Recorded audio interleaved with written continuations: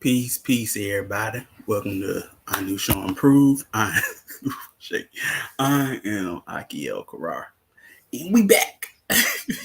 It's yo. So I hope you know. Well, I will. That you have had a great fast. You know what I'm talking about, and you have had fun. And learn something. Um, Doing this Ramadan fast. You know what I'm talking about? I mean, and like I say, there was changes. You know what I'm talking about? There was changes. So we are back and we are going back at it with Nomad Empires, right? And um we're in part three. you know. And last strong we talked about peace, peace sovereignties. Oh man, I'm moving well. I would say so. Yeah, yes, I'm moving great, moving strong. Moving cool, moving cool. Okay.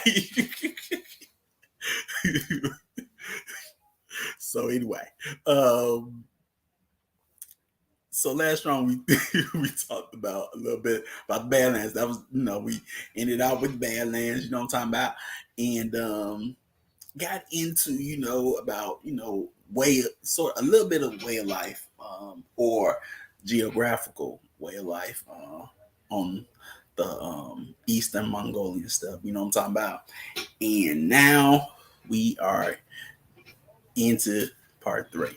So we just gonna get into it. But peace, little five starter, and peace, Aki Jason, and okay, yeah.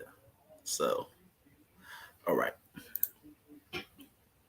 now as you can see, we are back at it. Okay, peace, Emma Quill.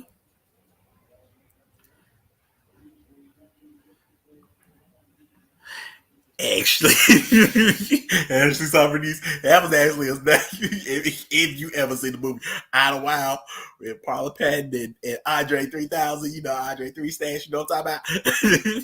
There's a song. you know. But yeah, I'm not about to sing the song, but it's on my playlist sometimes.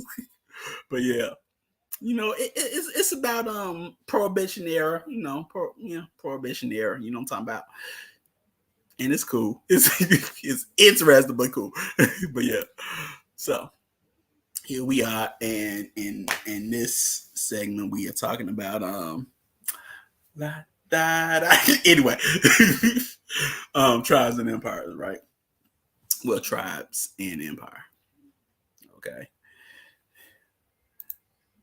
so I know I saw on this map once before, but I wanted to show it again because it sort of helps out. This is basically a tribal layout of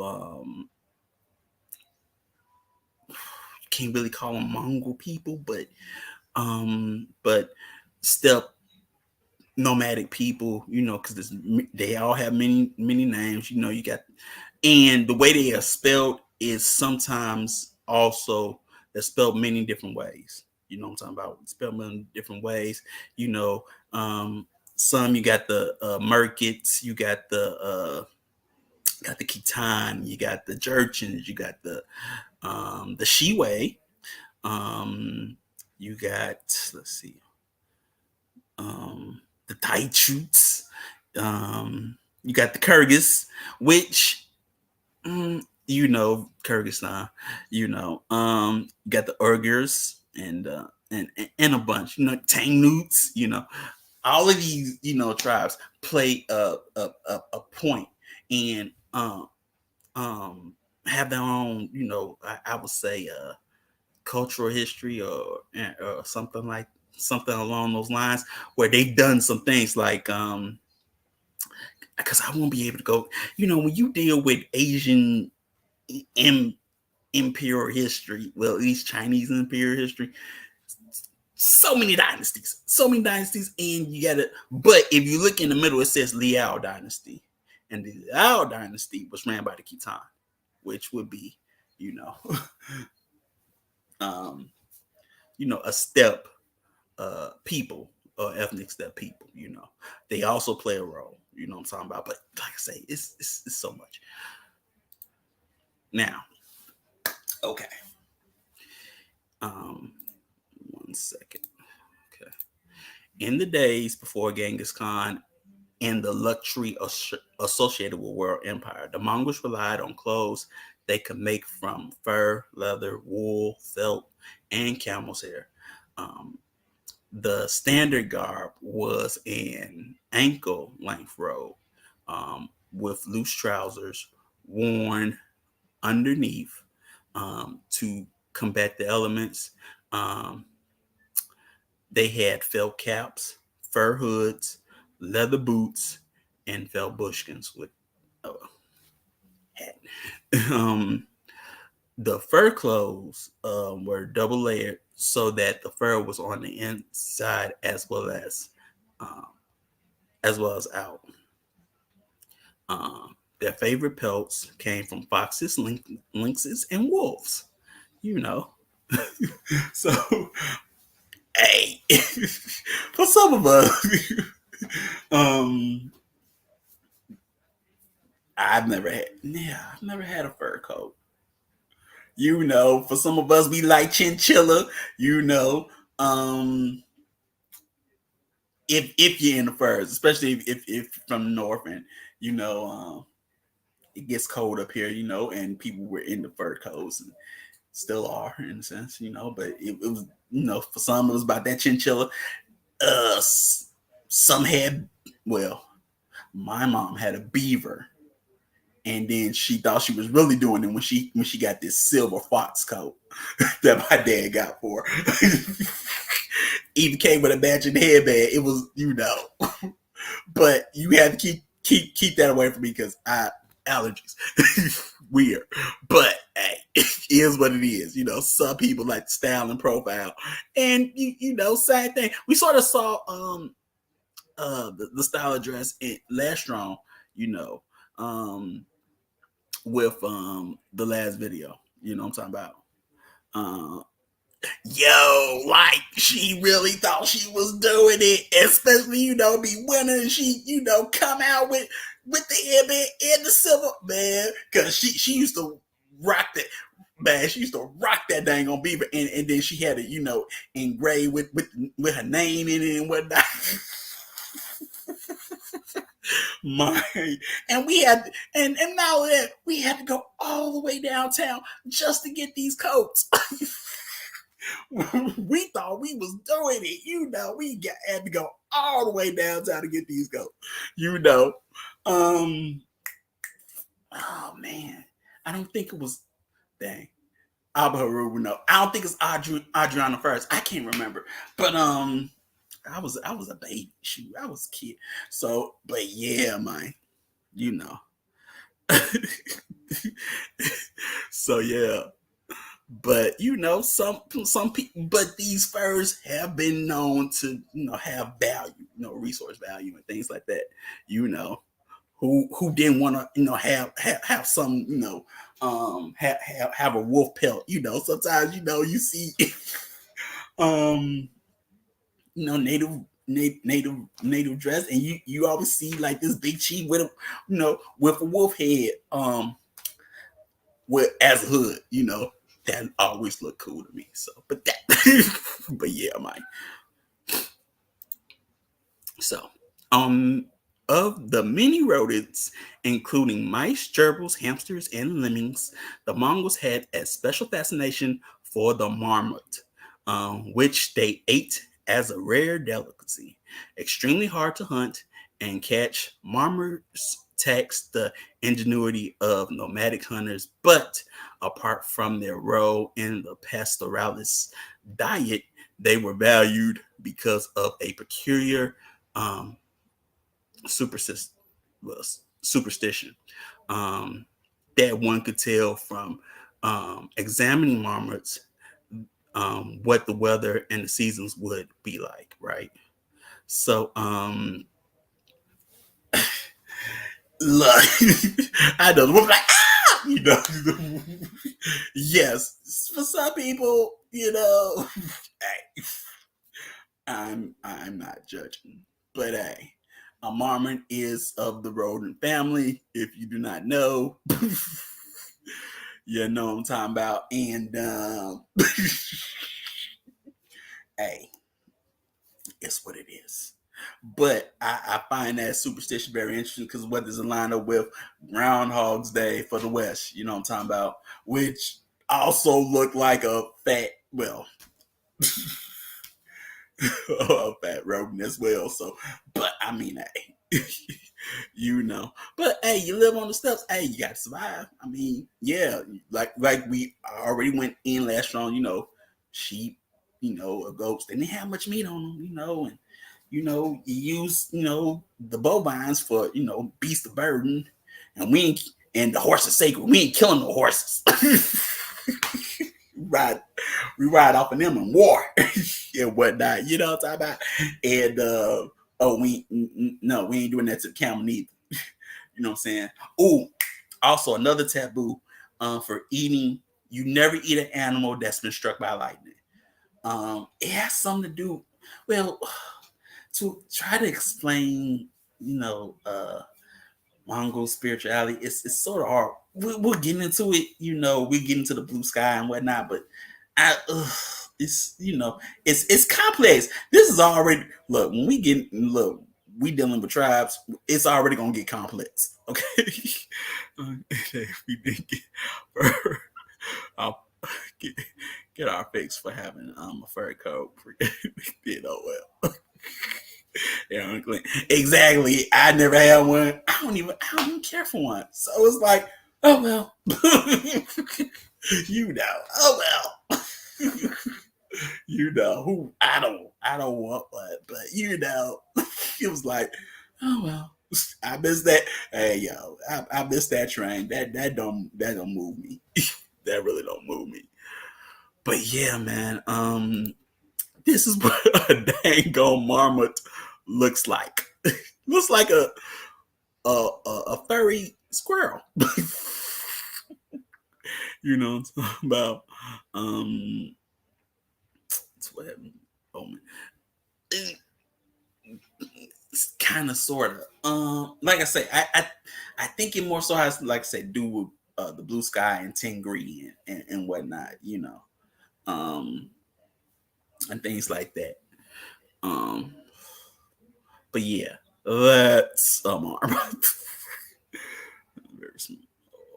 Exactly. It looks like either a beaver or a cross between a beaver and a squirrel. Speaking of speaking of those, if you've never eaten squirrel before, don't recommend it. For some of us with country families, that they'll sneak off, squirrel meat, and you won't know. Be careful.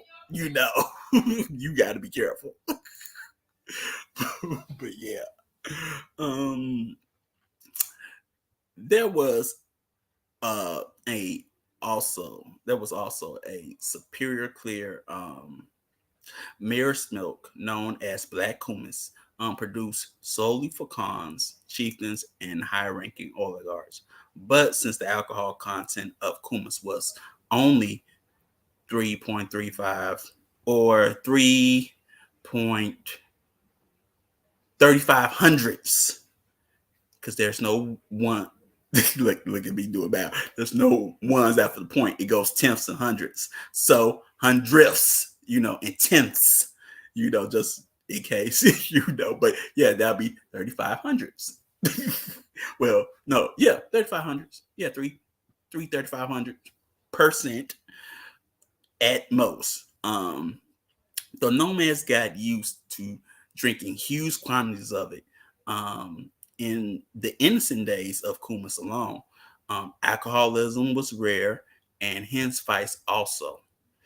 So if you don't know, we going over it. But kumis is an alcoholic beverage, and as you can see, it wasn't that I guess you could say potent or high in had a high alcohol content.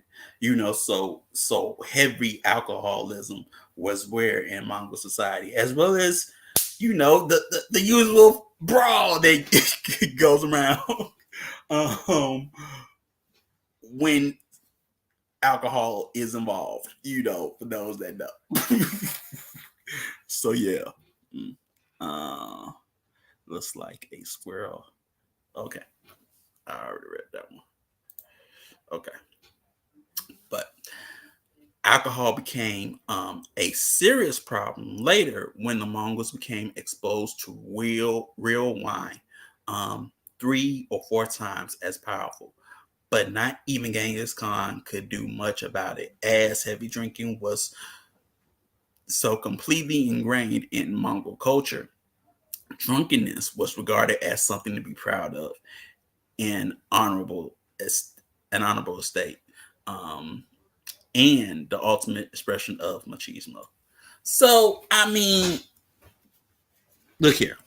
Insert, you know, I think it's interesting that you had people that had their own drink, but they really did not know, I guess, alcoholism or drunkenness until they start trading with the West, who has, wine,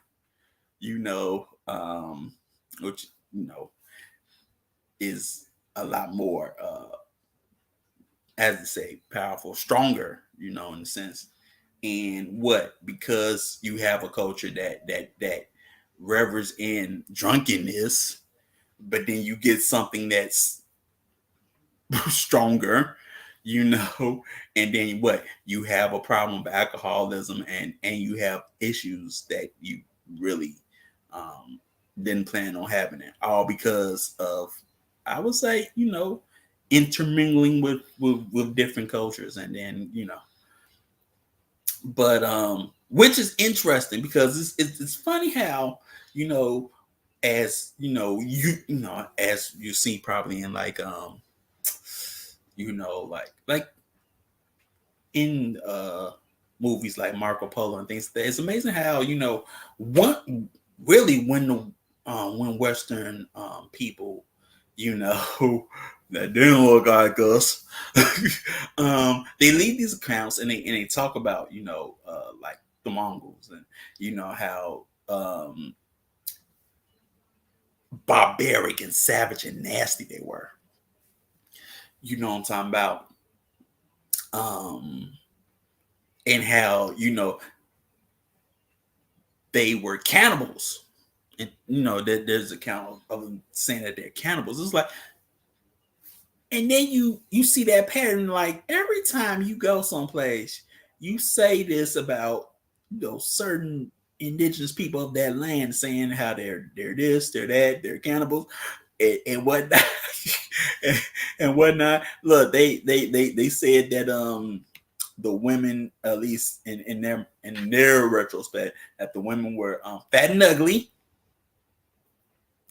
and the men were at that time was short and slim, which you know makes sense. If you have to ride that little small horse, but I just find it interesting how, yeah, everywhere you go, you call those people cannibals. They're savages and nasty and this, and you scoff at their customs and whatnot. Yeah, it's like that's always the reoccurring pattern. You know what I'm saying? Intentionally, so exactly, they were trading intentionally. Um, so I found that interesting. You know what I'm talking about? But yeah, you can also say that over here in the West, with the native cultures, they didn't know about alcoholism and moscow and all that stuff till they interacted with who? you know.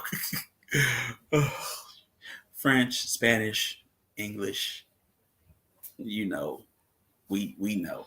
But yeah, then you have what problems with alcoholism and things like that. So gang of problems. So yeah, man. Now, care of massive and variegated herds and flocks produce a number of consequences: adaptability and ingenuity, of response and initiative, mobility and the capacity for rapid mobilization, military virtuosity, low levels of wealth and of economic inequality, almost total absence of a division of labor, and political instability. Um, yeah, the usual suspects. But peachy, you know. So uh Grace and peach. You give me a peach? I'll take one, I'll take a peach, you know. But yeah, I'm a peach tree. I had to squint and was like, "Am I reading that right?" But yeah, did you grow it? For sure. Um, so what basically is critiquing, sort of the downfalls of or the consequences for I guess nomadic, what you could say nomadic pastoralism and having all these herds where you didn't have adaptability and ingenuity because of the nature and you're not set in one place for the ingenuity. You know what I'm talking about? And the capacity for rapid mobilization, to quick and go because you can't now with large herds, and then I would say, of course, there's wealth and economic inequality because at the same time, I guess you could sort of say, it was based off on, not actual currency, but herds, and some people have small herds, some people have big herds, and then you have to think about tribes and things like that. And then we'll talk a little bit about it, what I'm talking about, but then we'll talk about, hey, we putting that work every day with that raid. You know what I'm talking about? We gonna raid. But yeah. But it causes also political instability because there's no centralized, I guess you could say no centralized government, you know what I'm talking about. So migration meant constant alertness and readiness to fight. Since wealth in livestock is almost by definition highly vulnerable to raiding, reaving, and rustling. See, look, hey, you have gotta keep your head on swivel. You know what I'm saying? Because you will get raided. You will get raided for your resources. You gotta be able to. But that also uh builds what kinship and bonds and relationships. Because you're gonna need people to help you. Defend. Against the raiding and whatnot, and the stealing of what's yours or what's your people's. I'm talking about, or what's your tribe or what's your families. I'm talking about. So yeah.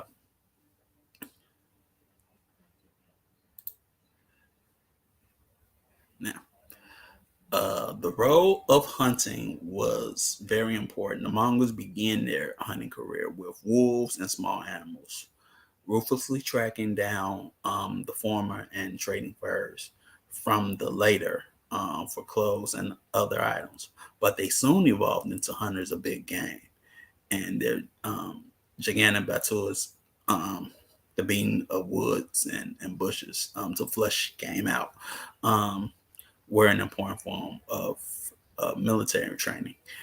Like, if you ever. Like you sort of see, if you ever seen like movies, okay, Western movies of like when um like when the Sioux or some native tribe, you know, uh, kill buffalo, right? Now, some you see them actually, dress like them, and then try to scare them, and then drive them off a cliff. Literally forcing the herd to go off a cliff. You know what I'm talking about? That could be an example, or huh, I guess you could say, when you use hunting dogs as well, to drive the game to go somewhere, not only to track them, but also to drive the game somewhere. But yeah, I guess those are examples I can use, of this tactic. You know what I'm saying? Um, Basically, as military training, you are what you're directing the flow or the direction of the enemy in a sense. So you're making him go where you want him to go for an ambush or whatever. You know what I'm talking about? Usually that's your little skirmish squad or whatever, to set them off, But yeah, man.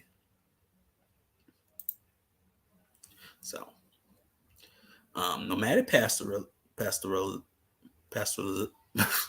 pastoralism on the steppe tends to isolate people, inbreed mutual incomprehension so that rating becomes an intrinsic part of life. Since rating is a diversion from the primary purpose of pastoralism, there is an innate tendency for pastoralists to make their raids so savage and ferocious that sedentary agriculturalists, having once tasted the lash, will ever afterwards give in without a fight. One might simplify by saying that the pastoral life um, engenders a kind of bullish charter. So, what it's saying there is basically, how raiding had to be ferocious and savage, so that you didn't have reprisals, especially against people that were agriculturalists that didn't move, what I'm saying, because they ain't gonna basically bring out a posse and come hunt you. You know what I'm talking about? They'll just give up. You know what I'm saying? Because you probably have a reputation for, like I say, putting in that work. You know what I'm saying? And being savage when you come and raid. You know what I'm saying? And things like that. Um, it's you can liken it to like I said, liken it to here, and you have accounts of or accounts of Native Americans raiding, especially in the Southwest. You know what I'm saying? And you always have those accounts of how vicious it was. You know what I'm saying? Or savage it was. They killed everybody. you know, and things like that. Even the fabricated ones where they weren't there. But hey, it is what it is. So now, in the Mongol world, there was no agricultural land, no disarmed peasantry attached to the land, no lords defined by landholding, no Western castle forts, no castles, forts or defensive bulwarks, no stores or food or wealth except for livestock. Possession of wealth and control of territory was therefore very volatile, and it was impossible for a strong sense of property in land and still less money to develop. So it's like I say, it's the Badlands, man. But there's no I probably would say there's no Western idea of land holding or the buildings of castles, especially on on in a place that's rough.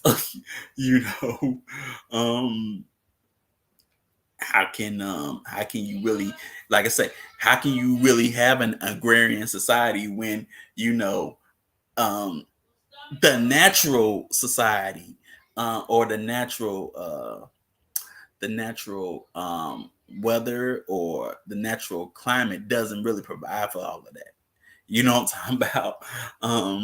So you don't have all these forts and things like that, and no stores, because, like I say, you're in a place where you can't really have it. You know what I'm saying? And like I say, possession of wealth and having control of territory is also very volatile, especially when you move from one place to another.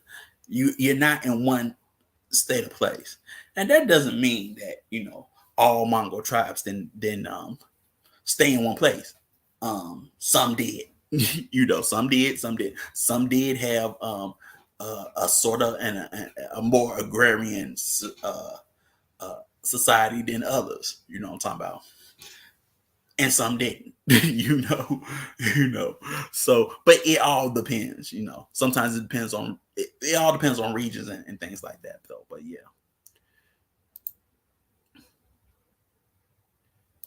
Okay. So one consequence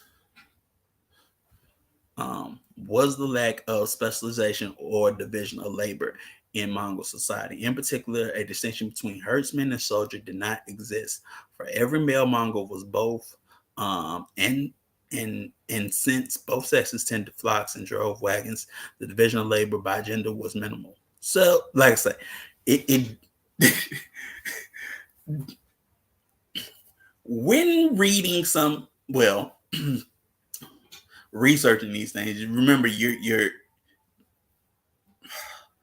Western authors typically have a commonality of differentiating other societies to their own. So yes, there was no division of labor. You know what I'm saying? That word alone tells you there's no division of labor. Yes. There is, and in Mongol culture, you were a herdsman and you were a warrior at the same dang on time.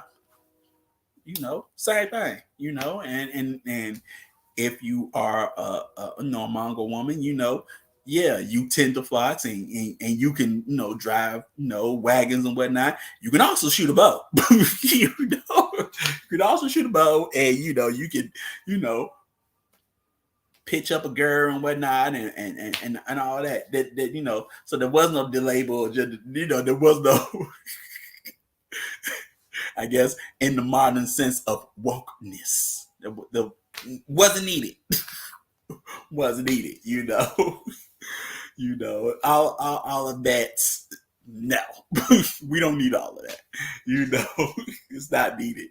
You know what I'm saying? We all do what we need to do for the sake of the tribe or the family. You know what I'm talking about? But yeah.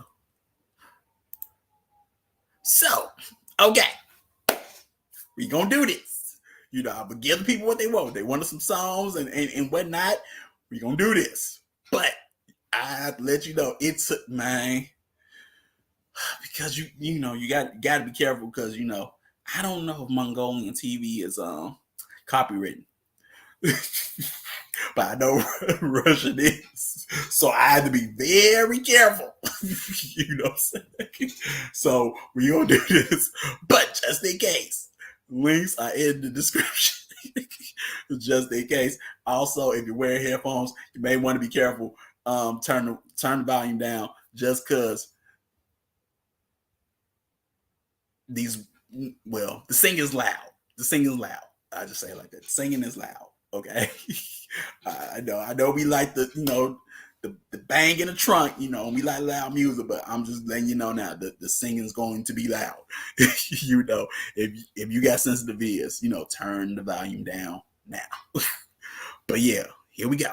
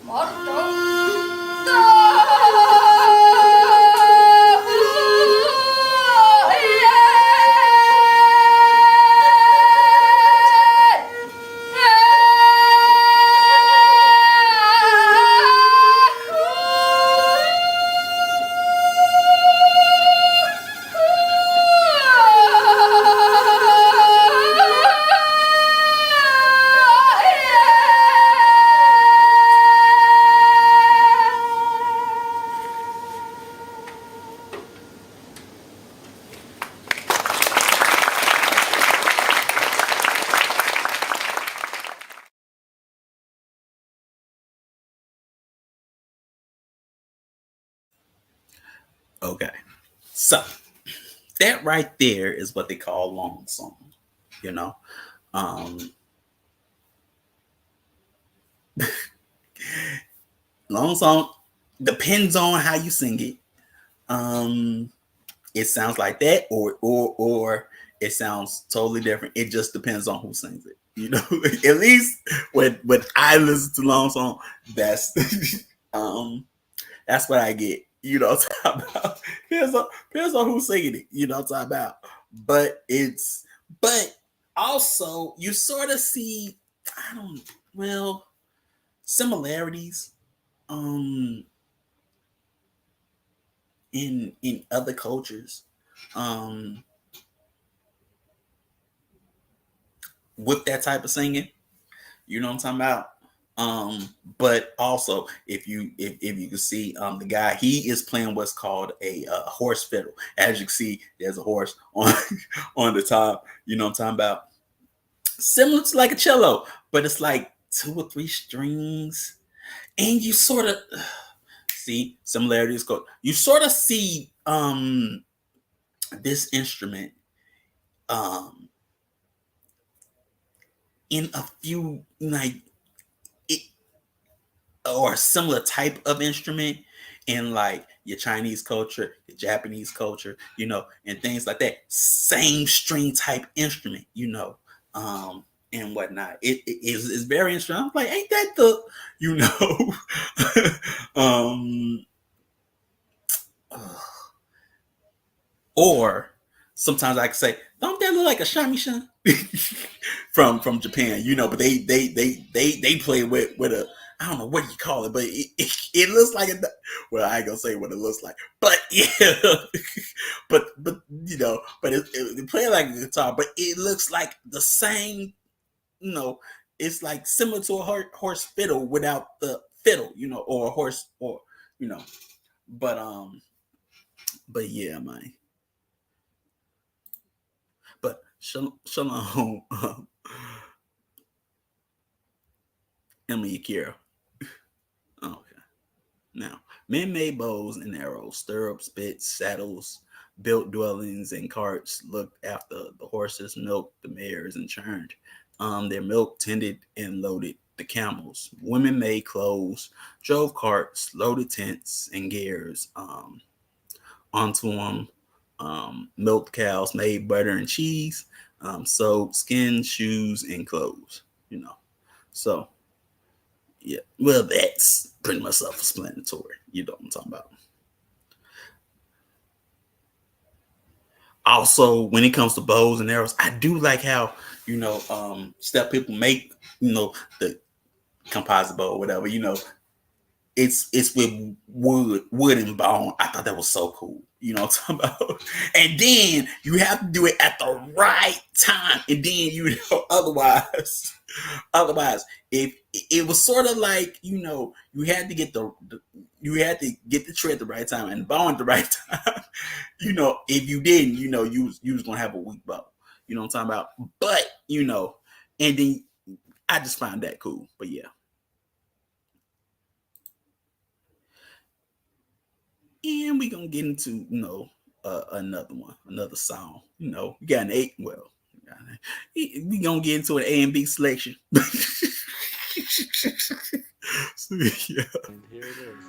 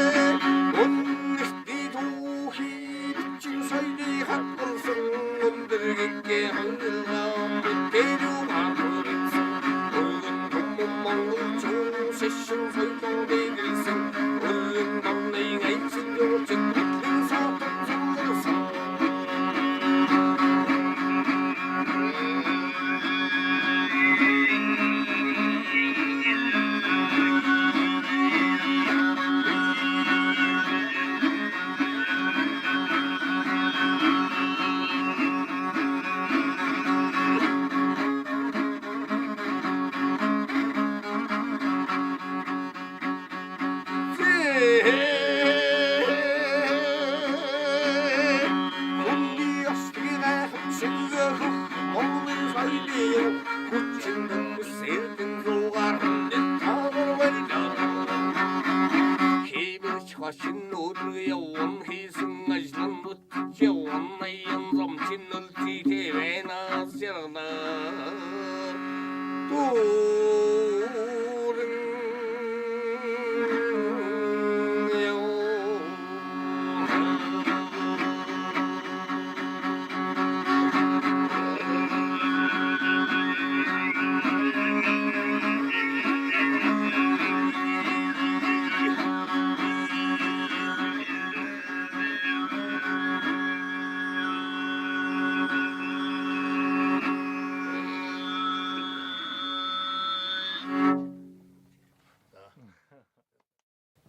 This Mongolian traditional musical instrument, Mongolian call it Marin Hor.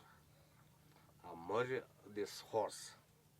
I speak English language, horse head pedal, and horse music. I speak sometimes horse guitar. This instrument, Mongolian original, traditional, number one musical instrument. Made by this strings, Mongolian long horse tail. This string 300 each, this 400 each strings. They're different, the same. All strings horse tail. Thank you very much for you interested in my mini concert. My name is Basan Dorj. A short name is Baska. Baska.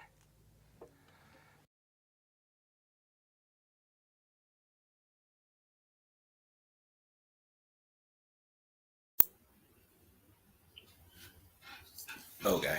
So that was, that was, somebody playing, two elder gentlemen playing the horse fiddle and one throat singing, you know what I'm talking about? But as you can see, there are a lot more melody than you normally, I guess you would normally see. You know what I'm talking about? But then they're in Europe, you know what I'm saying, or in the gear, and what's on the side of them. I'm so used to calling it a zither, but it's so many names, and depending on how big they are, you know what I'm talking about. And the culture who makes them, the Koreans got their own way of making those, and then the Japanese also had their way of making those. But man, and then you got make them with different types of wood. Sometimes it be and they sell for a lot of money. You know what I'm talking about? But yeah, as you can see, these are men of music. You know what I'm talking about? But yeah, so the final aspect of pastoral society on the steppe to be noted is its gross political instability. Every tribal leader had to contend with the electable fact that if he did not deliver considerable material success, his followers would simply melt away into the grasslands. You know what I'm talking about? So, sometimes people are with you, with, look, with what you provide for them. You know what I'm saying? If you ain't providing for them, man, they will leave. It's a, you know, it's sort of, I'm loyal, case in point, dang on, Games in Europe, right? Opening scene, they go to, well, now, monk, your witness is not. And he says, I told you about it. I'm with you if the money right. I give you 10 per notch. 10 per notch? Per new notch. Then I'm your man. So it's the same thing, you know. So yeah, man. But yeah. And you know what? You will see this later on as we get into the actual I would say the actual history of Genghis Khan or Genghis Khan. You know what I'm talking about.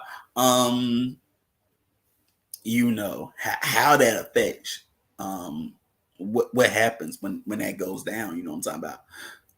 Like I said, there's no central leadership. You know what I'm saying. So you gotta keep people happy. Gotta keep the I don't want to say booty, but got to keep the loot coming in. You know what I'm saying? Got to keep the bag coming in. Otherwise, hey yo, we gonna we going where the money is. You know what I'm saying? Well, not where the loot is. Because there's really no currency in the sense, unless you robbing gold from the Chinese. You know what I'm talking about? Their gold tails and silver tails and whatnot. But yeah,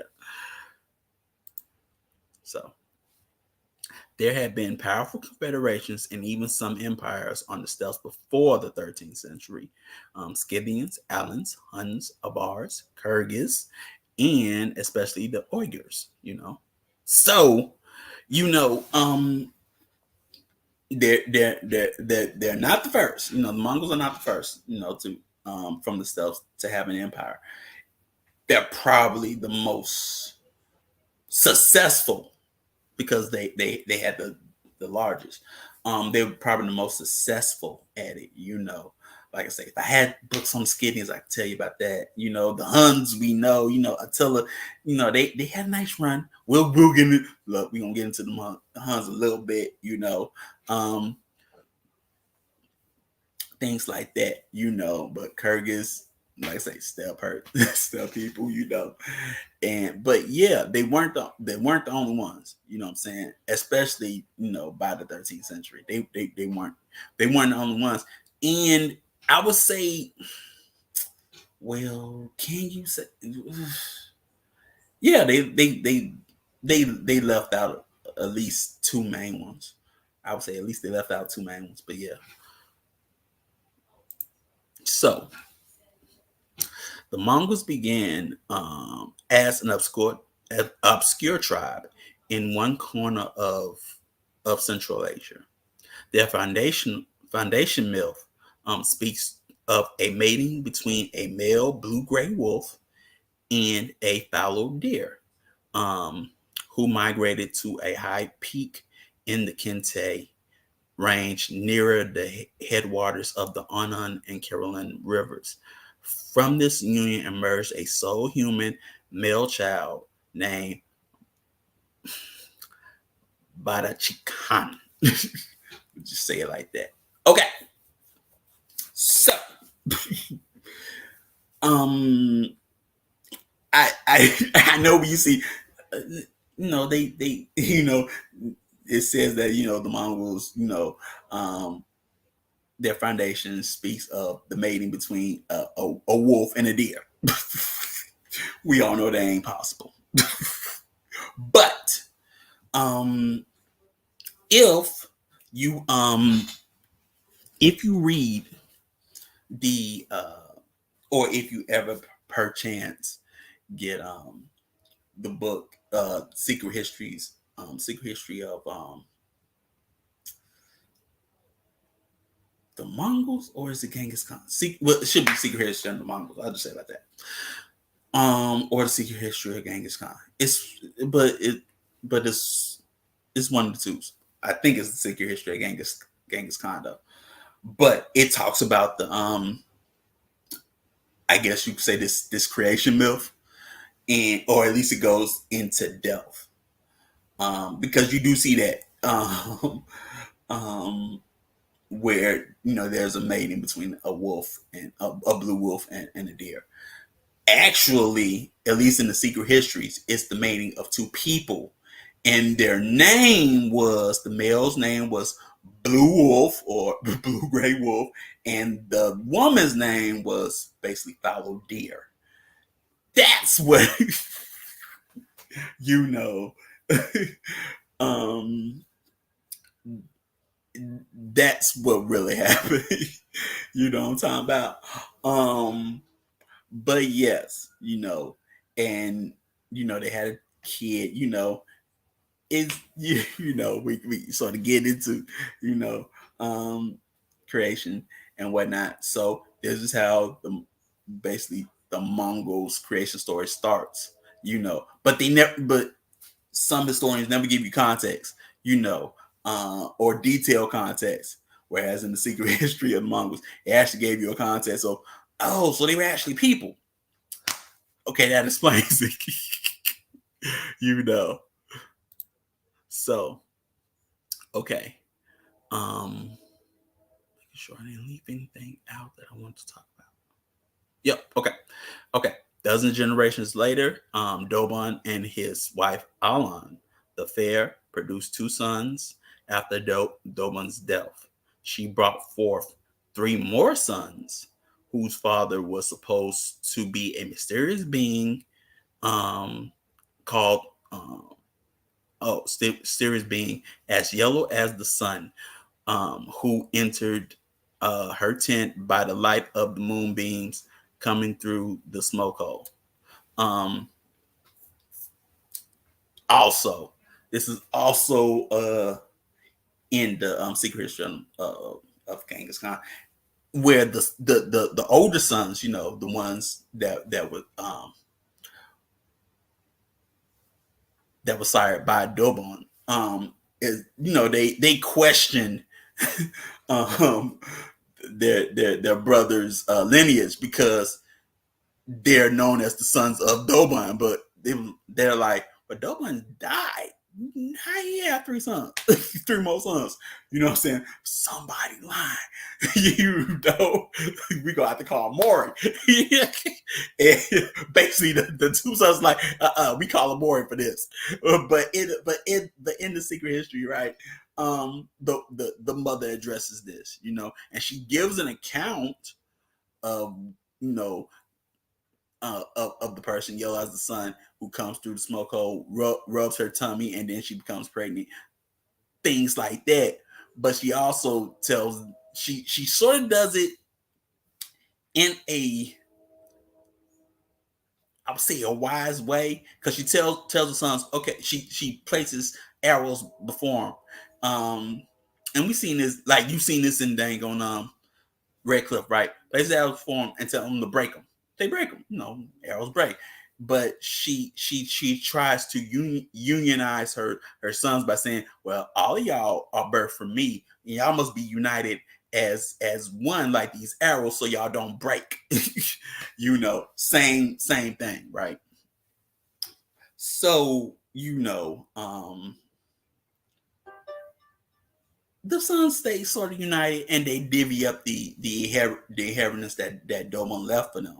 You know what I'm talking about?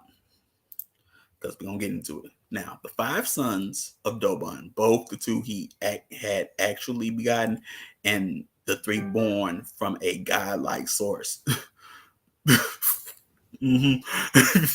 Each formed a clan once he had reached adulthood, and then was the origin of the massively and this was the origin of the massively complex clan system within the greater Mongol tribe. See, it's complex because some of this is all permeated on bloodline.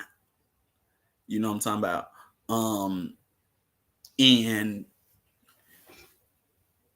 it's subtle, but it's there.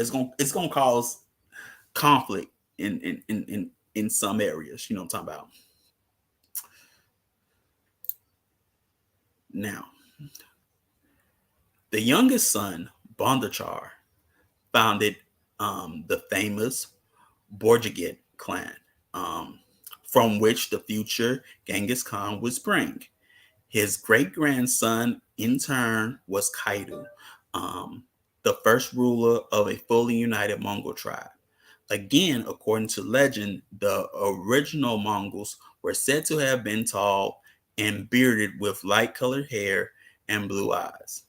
But by systematic intermarriage, they emerged as the people well known for their short stature, black hair, and black eyes. Hey, but luckily they ain't going to skin color. They are said to have they've been bearded individuals with light colored hair and blue eyes. Okay, but politics. Anyway, but Bondachar is important because um Genghis Khan comes from his lineage, but he's also called Bondachar the Fool. So when basically when their mother died, you know, the all the siblings divvied up, basically their fathers or their stepfathers, whatever, inheritance, right? But you know, they didn't give nothing to Bondachar. They was like, we ain't giving nothing to our brother. You know what I'm saying? He really didn't do anything. They saw him as useless. Thus they called him Bondachar the fool. They saw him as useless. But this is where it gets a little hood. Bondachar got with, or he stole a chick who was like 4 or 5 months pregnant. You know what I'm talking about? And yeah. Hey yo, in this segment, look, we gonna deal. Look, you gonna see some wife stealing, okay? Which becomes an issue. This is something that becomes an issue, which Genghis Khan sort of solves. Which he solves. You know what I'm saying? Because he sees it, and how much this one thing does cause problems. It causes issues, right? And family feuds, because even in this situation, the child that the elder child that this woman will have, and then the son that, she has 2 sons. So the one that she was already pregnant with, and the one that she will have with Bondachar. As you know, Genghis Khan comes from that line. Now the older son that she has, the one that's descended from her, is Jamuka.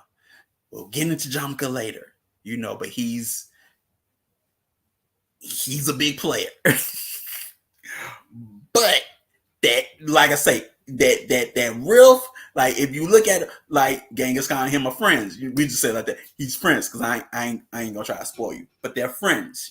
They're best friends. They be at, they besties, whatever you want to call them. They homies. But that riff. That riff is subtle, but it's there. And you're gonna see some hood things from from these Borgians. They do some hood things, man. When it comes to these wives stealing, there's some hood things going on. I consider hood things like, what, the rain and everything. Man, it's some hood things. You know what I'm saying? For me, it's just my mind's like, man, this is some hood. It's like some hood gang banging type stuff. Like, for real, that's where my mind goes. When like you stealing the chick, it's just crazy. But I mean, hey, it's the Badlands. You know what I'm talking about? Sometimes, hey, gotta steal a chick. You know what I'm saying? The Westerners would not admit to this. They would not admit to wife stealing, carrying over the threshold and whatnot, like Chief would talk about. But look, same thing happened over here in the East, but at least they admit, yeah,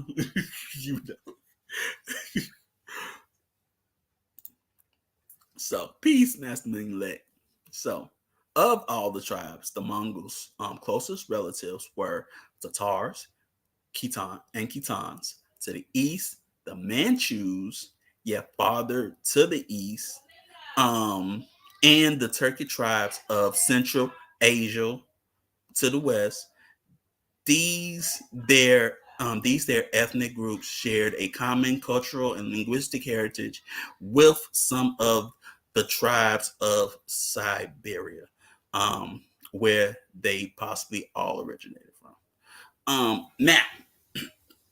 Now you're gonna see some names. You know what I'm saying? Tatars, Khitans. You know what I'm saying? You got the Turkey tribes, Manchus, which they wouldn't be called Manchus at this time. I just say that they wouldn't be called Manchus at the time. You would call them Jurchens. you know. But me personally, of course, I like the bad Jews because of one movie. Because of one movie, I like bad Jews. But yeah, but they, like I said, they all play a part. As you can see, the Khatans, they founded what, the Liao dynasty. The Jurchens also founded more than one dynasty. You know what I'm talking about? Um, and the Tatars from east to west, it's like they're a pain in anybody's side. You know what I'm talking about? You know, if you ever watch like Russian TV and they talk about all the Tatars, they're reigning again. You know, look, they're a pain in anybody's side. You know what I'm talking about? But yeah, man. So, the Mongols are first mentioned in texts um, of the Tang dynasty of China in the 9th century, and during the succeeding Liao dynasty were reliable allies um, of the Chinese emperor. According to some accounts, they were originally forest people from the taiga who had migrated south. The Chinese traced their origins to the Mingwu tribe, part of the Shiwei Confederation, um, in the years of Tang dominance. So that's where that map sort of helps out, because you can see where everybody was, right? But of course, you have them, reliable allies to the Liaos, because what, they're Khitans. And they have a what, kinship with them. You know what I'm talking about? So it makes perfect sense if basically um, put all of that together. Even though the Liao dynasty has an emperor or a Chinese emperor, they're still what, a steppe people. You know what I'm talking about? They still a steppe people. And it's just not said. You can think, yeah, dynasty, Chinese emperor. I'm confused. Like I said, totally different bloodline. That's why they're dynasties. Totally different bloodline, but you know what I'm talking about. Um, they have their own emperor. You know what I'm talking about.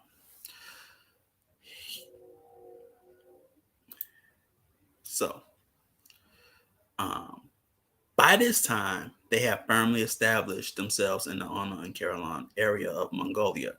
Two things changed with the Khanate or rulership of Kaidu.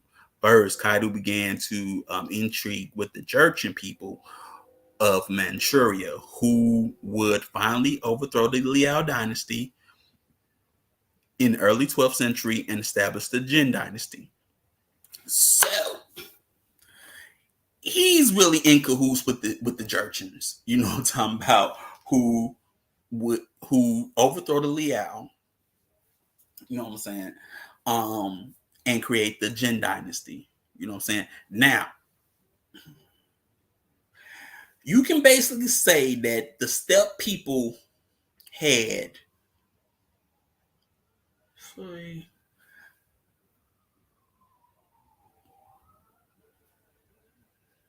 four four dynasties in which they ruled, quote unquote, China.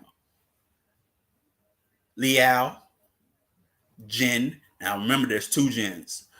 The first Jin during the aftermath of the Romance of the Three Kingdoms, founded by the Sima clan. You know what I'm talking about? Sima Yi. You know what I'm talking about? It didn't last for long because that was a family that that had they fallen outs and but yeah, that didn't last for long. But then you have this Jin dynasty, which was founded by the Jurchens.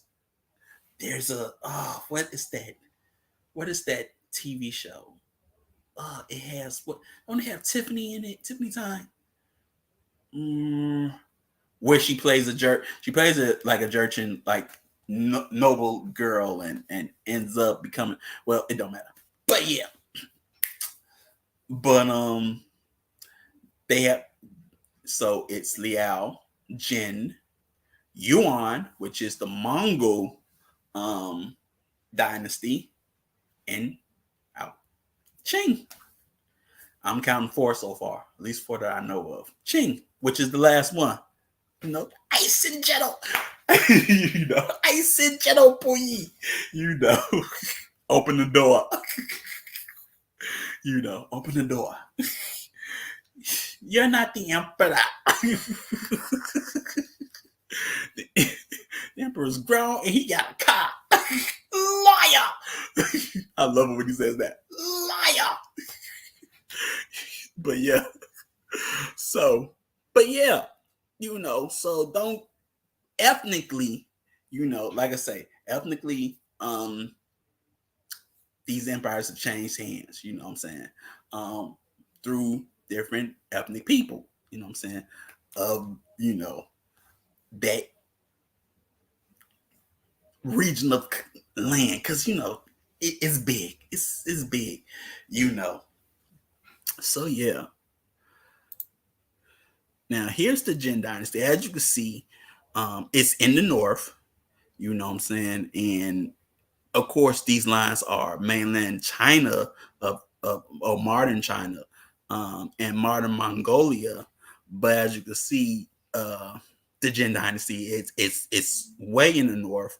It got it has parts of that northern China, but all of this would be probably considered steppe territories of different tribes, and it has a little bit of North Korea, you know what I'm saying? But hey, it's Manchuria, But yeah, you can also, I think there should be a slide, but there's if you pay attention, there's not much. There's a lot of similarities between Jurchens and steppe peoples. Period. They got a lot in common. The Manchus got a lot in common with Mongols and like I said, steppe people. Period. You know what I'm saying? Even by the way they dressed. Even by the way they dress, you know what I'm talking about. Especially like if you seen, it should be like Star Wars Episode 1, The Phantom Menace, right? And you had like Queen Amidala. At one point, she was, well, the way they dressed her, or they dressed Natalie Portman, like what? You would say, a Chinese empress, but it was more, in my retrospect, more Manchurian, especially when they did them, all that red and fur, and then they gave her the dango slick steel hair. Like you literally see that, and like Manchu and Mongol women wearing their hair like that, and having them high. It's a word for it, but I can't pronounce it. It's a B word. It's like bird. I can't pronounce it, but you know, it's like I say, it's subtle, but there, if you know that, sort of the ethnic culture of the region, you like, oh yeah, it's like the subtle the subtlety of or the subtle similarities between the Kemites and the Cushites, because some people still debating whether or not some mixed chick was black but Greek, but I mean, I'm just, hey, that whole argument is just, well, she wasn't black, she was Greek.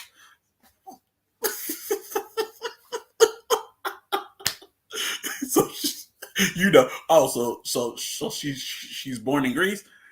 No, so you're saying that you said at the time he's always outsourced their wives from Greece? No. Okay, so I just become more logical with it. So it's just be like, man, this is funny. I'll be mad at something else. That documentary, I don't know why. Why y'all even try to pretend? It's like, yeah, yeah. But I mean, what happens? What happens afterwards? She loses Egypt. She loses Kemet. What's the point? It was pretty much a done deal anyway. It was already a protectorate, and you're gonna try to rebel, and it failed. you know. And then you use then, then you use what you got to get what you want, like Players Club, and it fails. It's just why y'all why y'all arguing over such trivial matters? But yeah, man. I mean, with and then also I would say, you know, you got the Southern song. Like at this time, there's so many dynasties. You got Jin, you got Southern song, you got Northern song, you have Liao, you have what's another one? But yes, there's Southern song and then there's Northern song.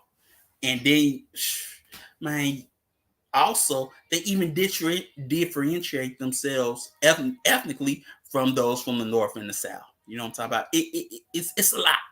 It's a lot. you know, but it's a lot. You know what I'm talking about? So the Mongols themselves claim a distinct identity from the Turkic and Tatar groups. They asserted then and now a direct descent from the Huns, who found the first empire on the high steppe in the third century. Hun in the Mongolian word for human being, and they called their Hun ancestors Hun Nu, the people of the sun. Now, so that's you be like, word? Now that's big. Cause Hanu, Shun Yu, same thing. Same thing. Now, does that mean that they're descended from like Attila the Hun and them? No, they are already left. But those that stayed, because in that region was not look, the Shanu was you can consider them man, they were getting it. You know what I'm saying? Especially like during the during the later Han, look, you had to pay them tribute. They were getting it. But not all of them left, went west. Some of them stayed. They just went up north. We just say up north. Some of them stayed and went up north and had, children, which, like I say, we're Huns. We're Shun Yu or Hanu, different word. No, same meaning, different word, or different spelling of the word. You know what I'm talking about? You know what I'm saying? Like I say, you gotta sort of, look. Some people spell, the same word 3, 4, 5 different times. You know what I'm talking about? But they mean the same thing. Like, we'll just say Kemet. I've seen it spelled with a K. I've seen it spelled with a CH. you, I've seen it spelled with just a C. Yeah. But I know for a fact for CH, I'll be like, huh? Or with Kuss, I've seen that spelled with a C instead of a K. So yeah, it depends on who yeah. Now, in the 4th and 5th century, the Huns spread from the Mongolian steppe to conquer countries from India and Rome, but they were unable to sustain contact among the various clans and were quickly assimilated into cultures they conquered. So, we all know how that went down.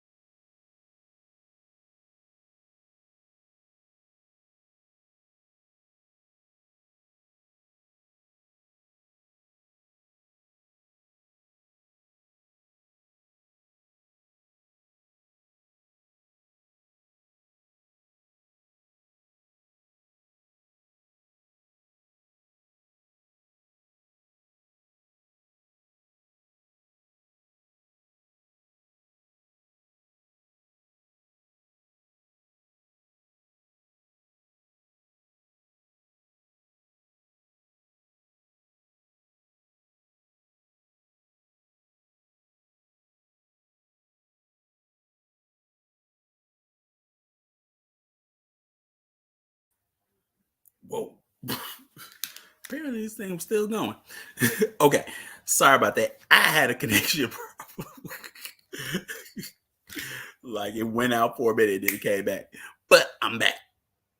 So, but now I gotta bring everything back I had going on. So I gotta get back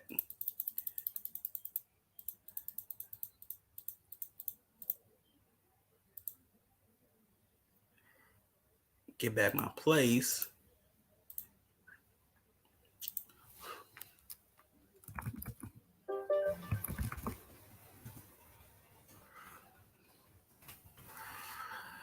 Okay.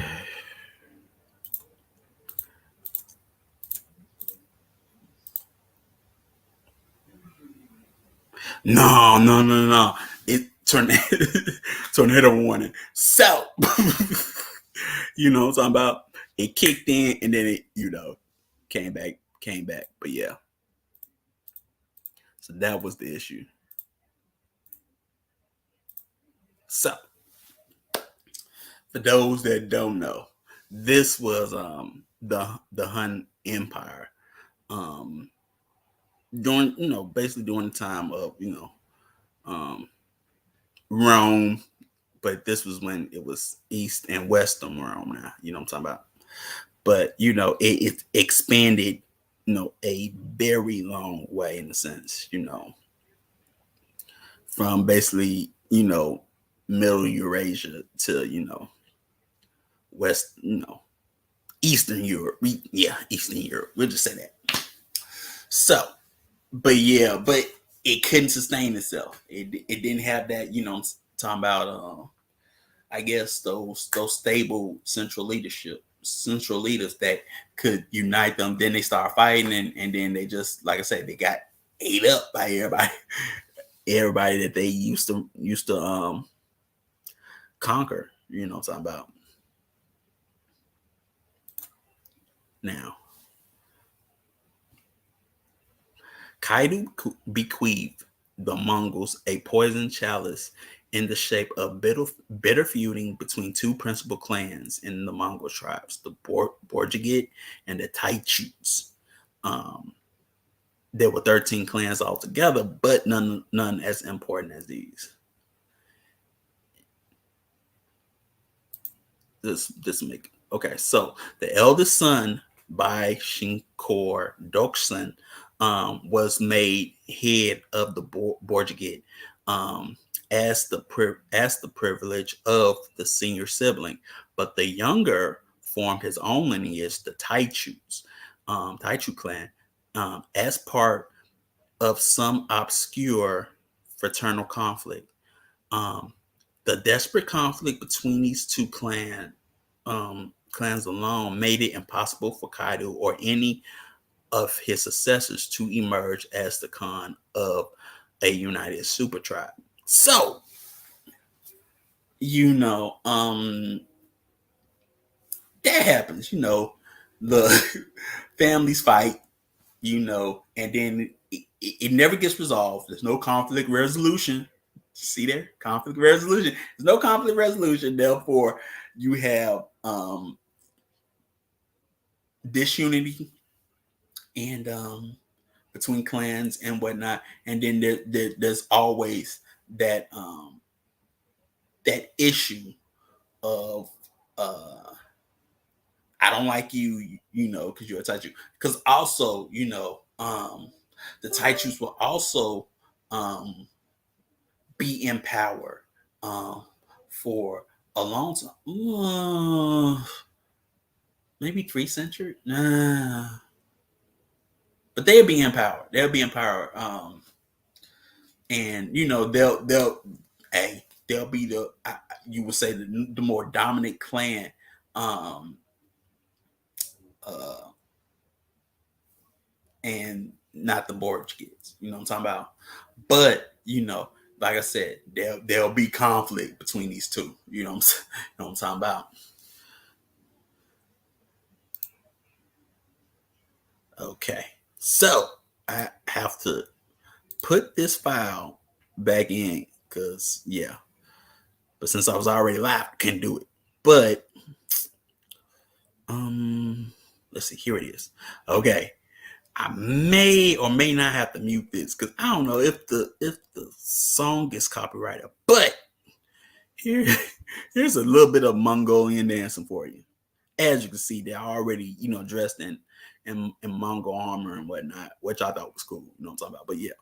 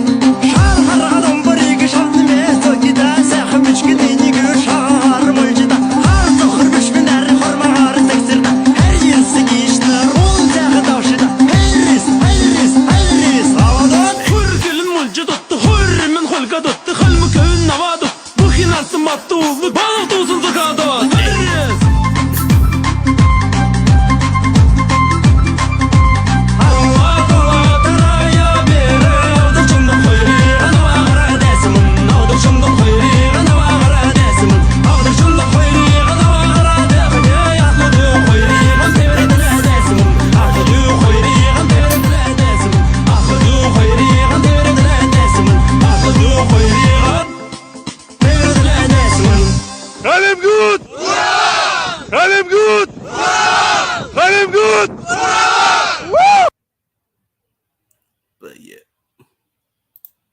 Okay. So I got another one. Give me a second. Cause like I say, kicked out everything.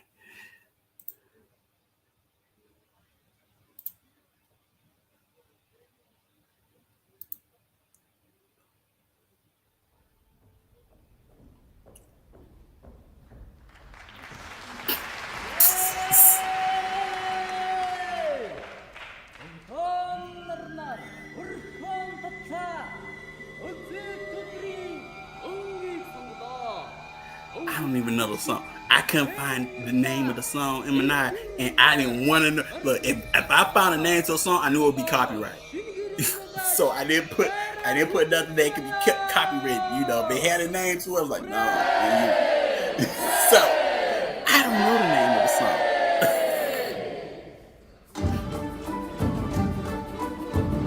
But I know this is apparently called the Happy Song. So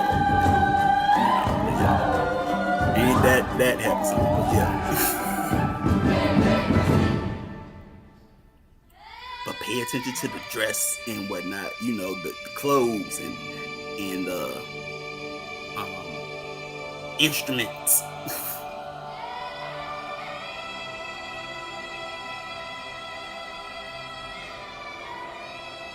And let me tell you, okay, in some songs, trust me, you don't see an African drum. I'm gonna tell you that right now. In some videos, you gonna see Mongols playing an African drum. Like, ain't that the same drum Chief and Yaku was playing?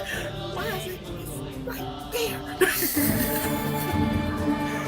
you know that if you research it, you'll see at least once.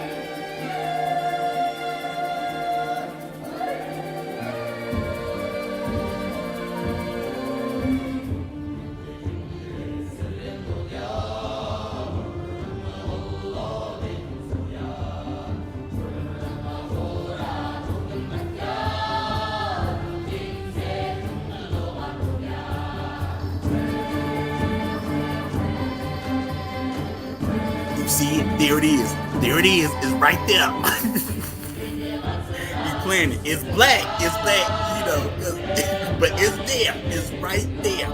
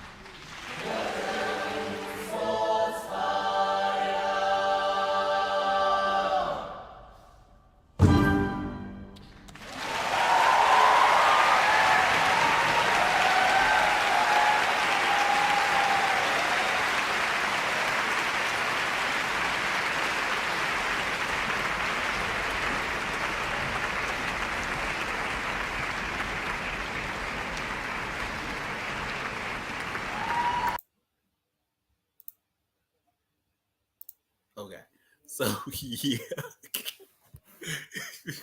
But I have seen hats like that in like Kyrgyz. I almost bought one. You know what I'm talking about? I almost bought a hat like that in Kyrgyzstan. But of course I would have wore it the same way. you know, the my kind of peoples. But yeah, that's another like that white blue and gold was fire though. You know what I'm talking about? You know, um me personally, you know what I'm talking about? I would want something a little bit more harder, you know what I'm talking about, if I'm gonna ride on my trust, on my trust steed with my sword, you know what I'm talking about? Because you know me, I gotta have a sword. So I probably got two of them, you know what I'm saying? So me, I'm gonna need something a little bit more harder because can well, can I'm slaying. We just say it today because I'm slaying. So that's why I play the who. It works better for me. You know what I'm saying? This is like, yes, I'm riding on the Noble Street. No, I always want to be in the thick of battle. So it's like, charge. I'll be something that's going to give me that charge factor. You know what I'm talking about? It's like it's me and my homies, and we riding and raiding and whatnot, pillaging, and whatever, we conquering. But yeah, that's what I want. Top out. you know. So yeah, man. But join us next strong well, we will go into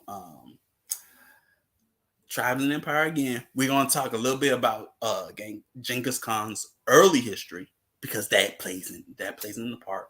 Um, and yeah, man, we gonna take it from there. Also, we got our new fellowship. We got midday affirmation. And give me a sec. um gotta get it. I go into stuff. Okay, here it is. Bang. Okay, there it is. I knew summer retreat in June 2023. You know what I'm talking about. As you know, I do it all the time. We gonna be in that New Orleans, you know what I'm talking about? We gonna be in that NOLA. So, you gotta come on down to it. But, you know what I'm saying? Make sure you register because we need a head count. So, don't be like one of them people that show up and be like, hey, cousin, this ain't one of them dang on family reunions. I'm gonna tell you that right now, okay? So, make sure you dang on register. you know, we ain't asking you to register or vote. You know what I'm talking about? We ain't asking for your vote. We just need a head count so we know who coming, so we know how many people to feed. You know what I'm saying? But yeah, man, you know what I'm talking about. So yeah, that's what we have. You know what I'm talking about. So 1 second. I gotta get this. I gotta get my own dang on. What's the name back up? Cause I'm dang on not showing. Okay, there we go. So, bam. Okay, so that should be all the announcements. So yeah, man. Hey yo. I just want to say, I know y'all won't know, but hey yo, movie night was fire. I, I ain't never seen that movie. I ain't never seen Sound Sorry before. You know what I'm talking about? But it was on point. You know what I'm talking about? Oh man. But yo man, I can't wait for us to do it again. Let's do it again. All right. So but yeah, thanks everybody. Look, man. Look, I will everybody enjoy the rest of their strong, you know what I'm talking about. And hey yo, we gonna keep on coming with it, you know what I'm talking about. But yeah, man, enjoy the rest of your night, man. And I'll get up at you later. Peace.